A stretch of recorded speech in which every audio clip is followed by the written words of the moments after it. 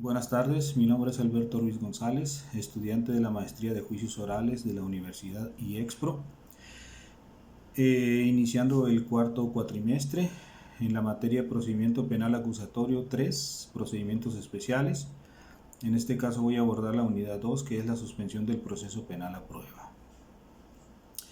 En este caso, el Código Nacional de Procedimientos Penales, inclusive la Constitución Política de los Estados Unidos Mexicanos, en su artículo 20, apartado A, fracción séptima, contempla la suspensión condicional del proceso, y específicamente el Código Nacional en su artículo 184 dice que es una forma de solución alterna del procedimiento penal, el cual viene siendo un planteamiento formulado por el Ministerio Público o por el mismo imputado.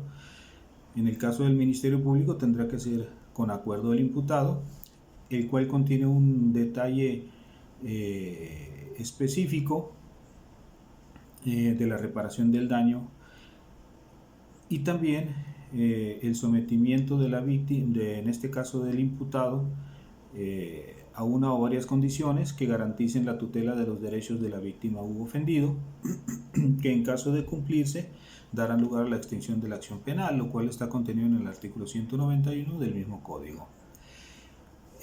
La procedencia de la suspensión condicional del proceso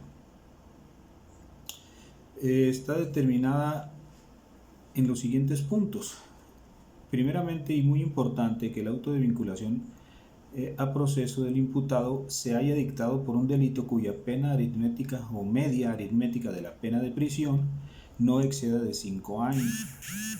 El segundo punto, que no exista oposición fundada de la víctima u ofendido y que hayan transcurrido 2 años desde el cumplimiento o 5 años desde el incumplimiento de una suspensión condicional anterior en su caso.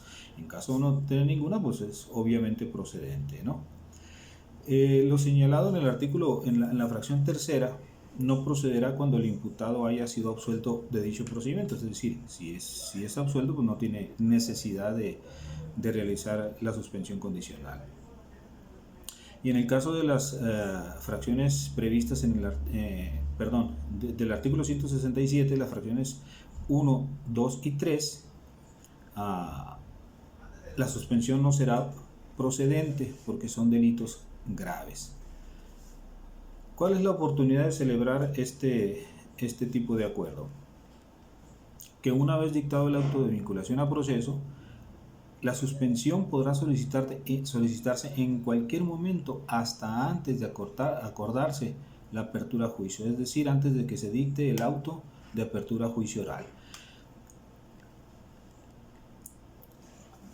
En cuanto al plan de reparación, en la misma audiencia donde se resuelva la solicitud de suspensión condicional del proceso, el imputado deberá plantear un plan de reparación del daño causado por el delito y en qué plazos deberá cumplirlo. En pocas palabras, deberá reunir las circunstancias de tiempo, modo y lugar. Ahora, hablamos anteriormente de que el imputado debe cumplir ciertas condiciones, y estas condiciones están contenidas en el artículo 195 del Código Nacional de Procedimientos Penales, que deberá cumplir durante el procedimiento de la suspensión, y el juez fijará el plazo de suspensión condicional del proceso, que no podrá ser inferior a 6 meses ni mayor a 3 años, y determinará imponer al imputado una o varias de las condiciones del artículo mencionado, que pueden ser residir en un lugar determinado, frecuentar o dejar de frecuentar determinados lugares o personas, abstenerse de consumir drogas, participar en programas especiales. Inclusive el mismo juez puede ordenar apoyo psicológico para el imputado, aprender una profesión, es decir, aprender a trabajar, prestar servicio social en su caso, someterse a tratamiento médico psicológico, como lo comenté, de preferencia en instituciones públicas porque ellas reportarán el cumplimiento de esta persona, tener un trabajo o empleo o adquirir uno en el plazo que el juez de control determine, es decir, aprender un oficio, un arte, industria o profesión si no tiene medios propios de subsistencia. Someterse a la vigilancia que determine el juez de control, no portar armas, no poseer ni portar armas, no conducir vehículos en ciertos casos, abstenerse de viajar al extranjero, cumplir con los deberes de deudor alimentario, que esto se da mucho, y cualquier otra condición que el juez de control imponga.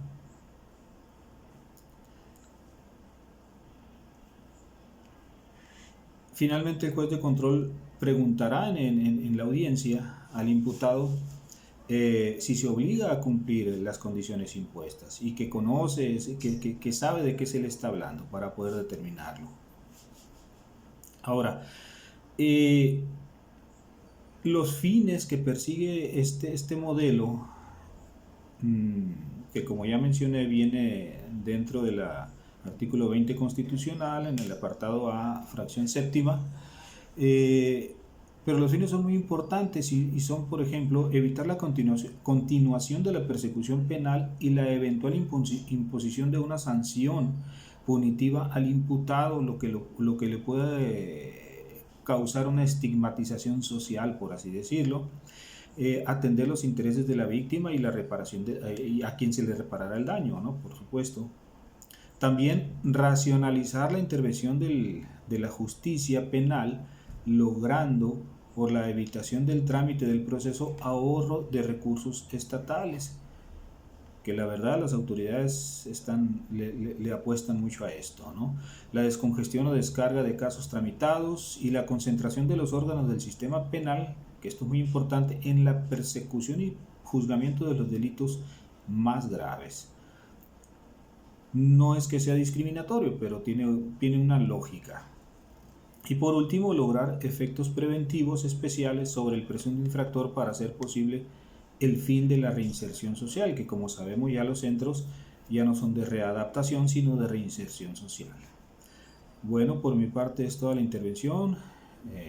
Muchísimas gracias. Hasta luego.